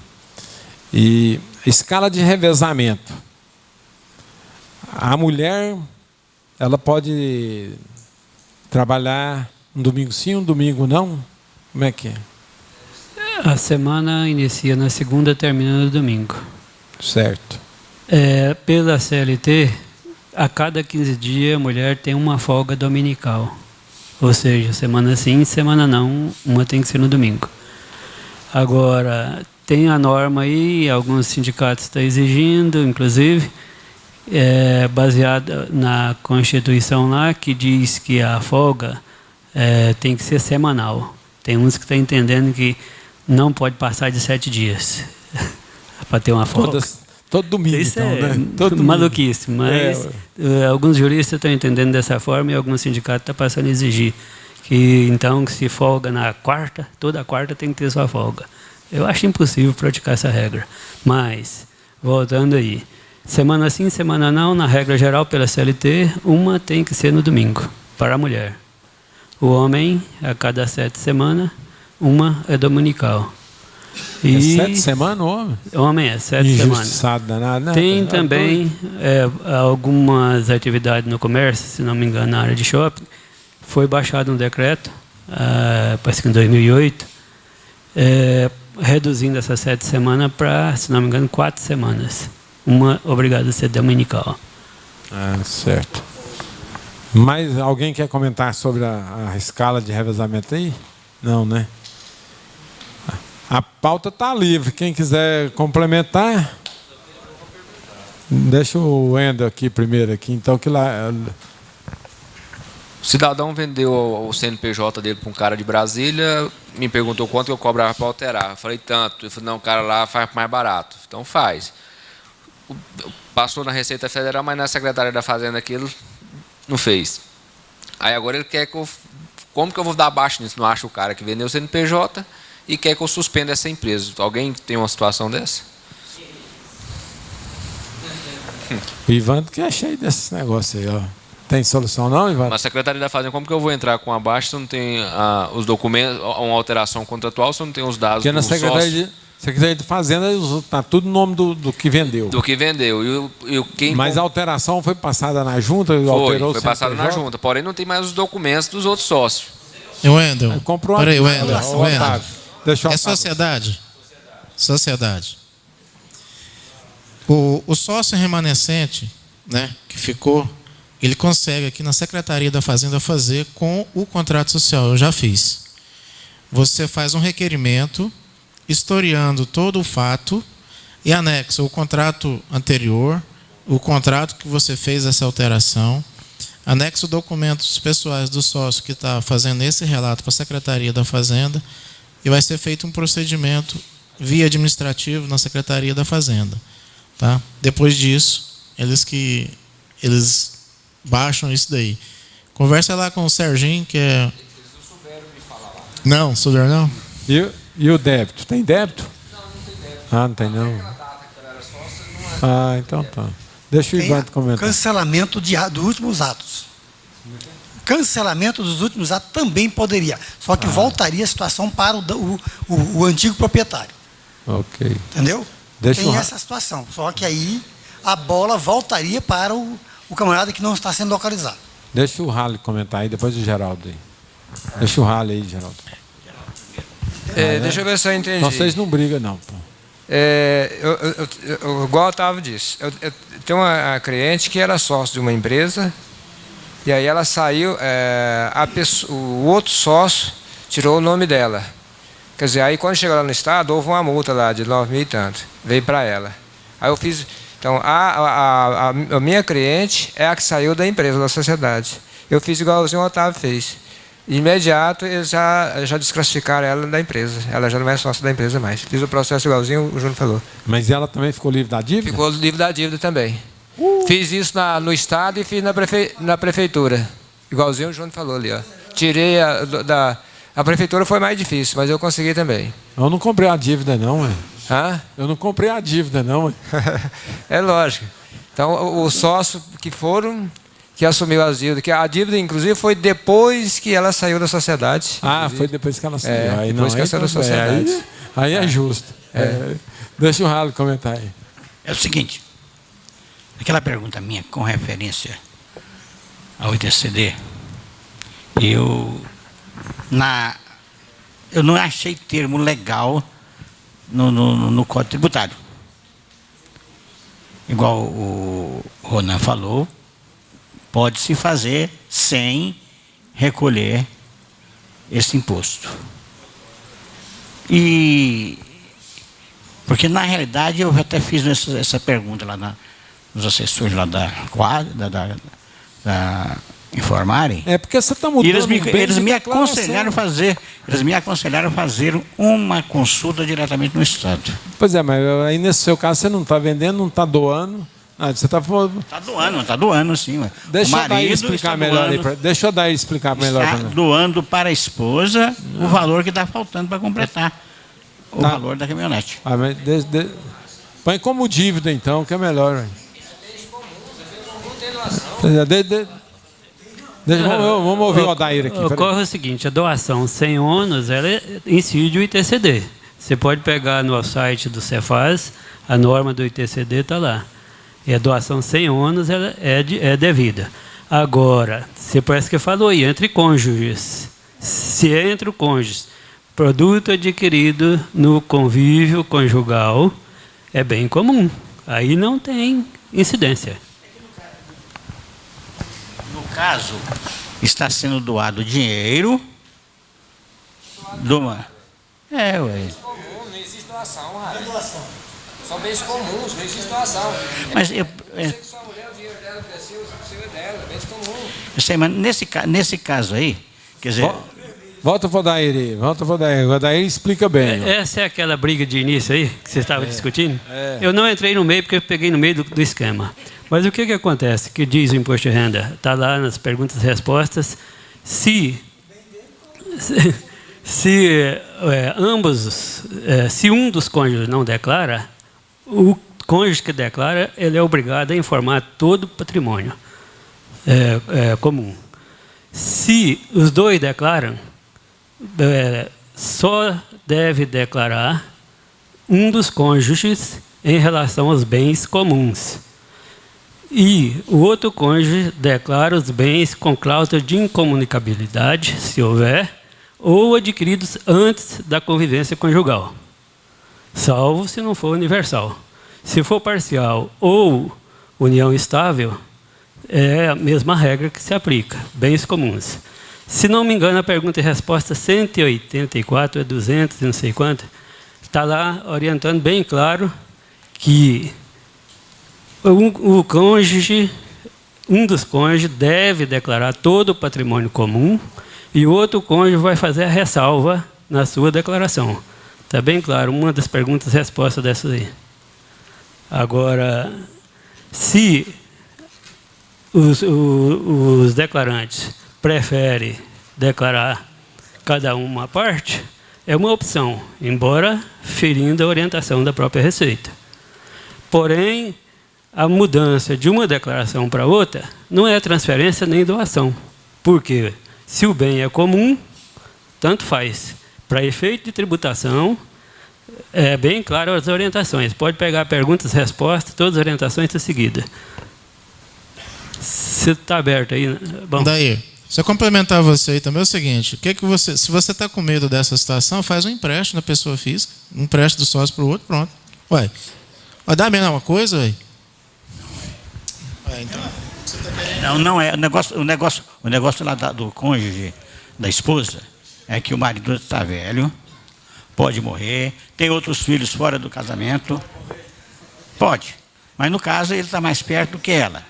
Então já entendi, porque se você fizer empréstimo, vai estar devendo para ele. Se ele fizer empréstimo, está devendo. Aí, se ele falecer, vai entrar no inventário. Eu também não vejo nenhuma situação, a não ser que os bens de cada um sejam com cláusula de impenhorabilidade, inaliabilidade e incomunicabilidade. É a única situação no imposto de renda que tem esses três institutos que ficam os bens patrimoniais tudo separados. Somente nesse caso. Daí para frente, é tudo juntado na declaração de um.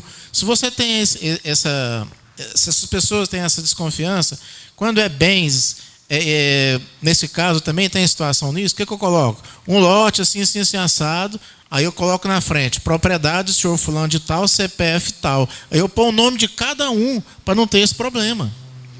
Tá? Eu faço isso. Entendeu? Eu faço isso, mas a declaração é comum, os bens é tudo numa declaração só. Eu também faço assim, mas a pessoa não quer fazer assim. Lá na hora que você discriminar o bem da mulher, que ela quer separado, você vai colocar, o automóvel é um automóvel, não é isso? Fulano tal, adquirido com recurso de fulano de tal, CPF número tal.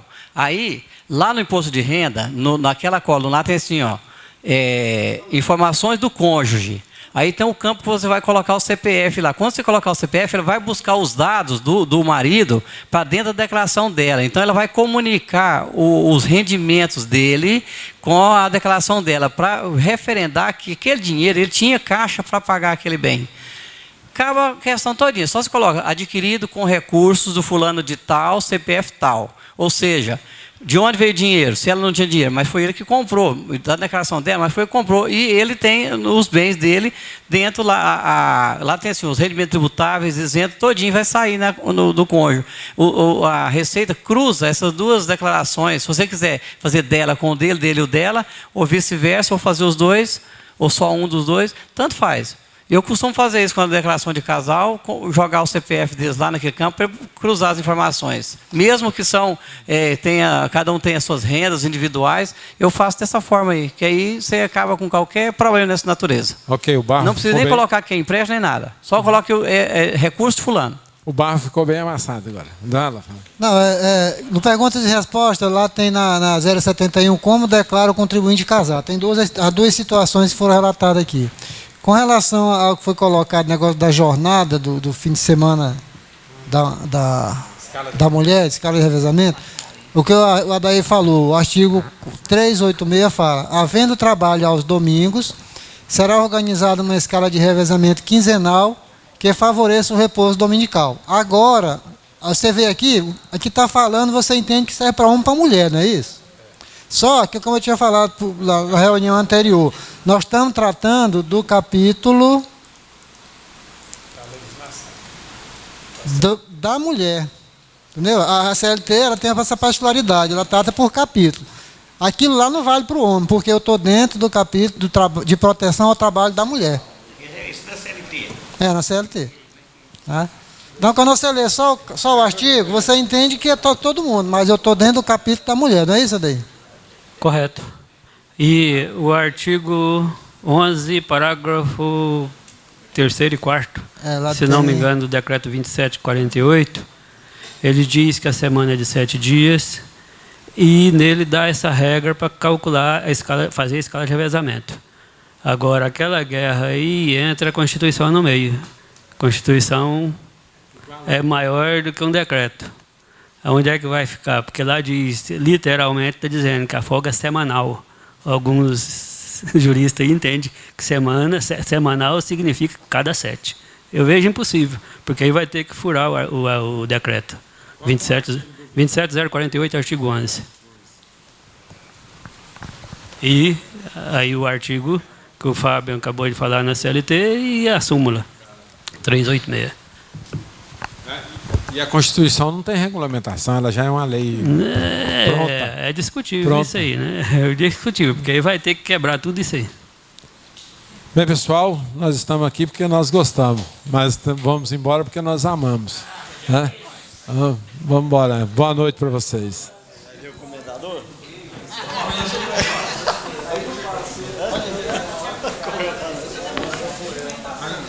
Agora você vê, beijo. Cancelei. Agora eu vejo.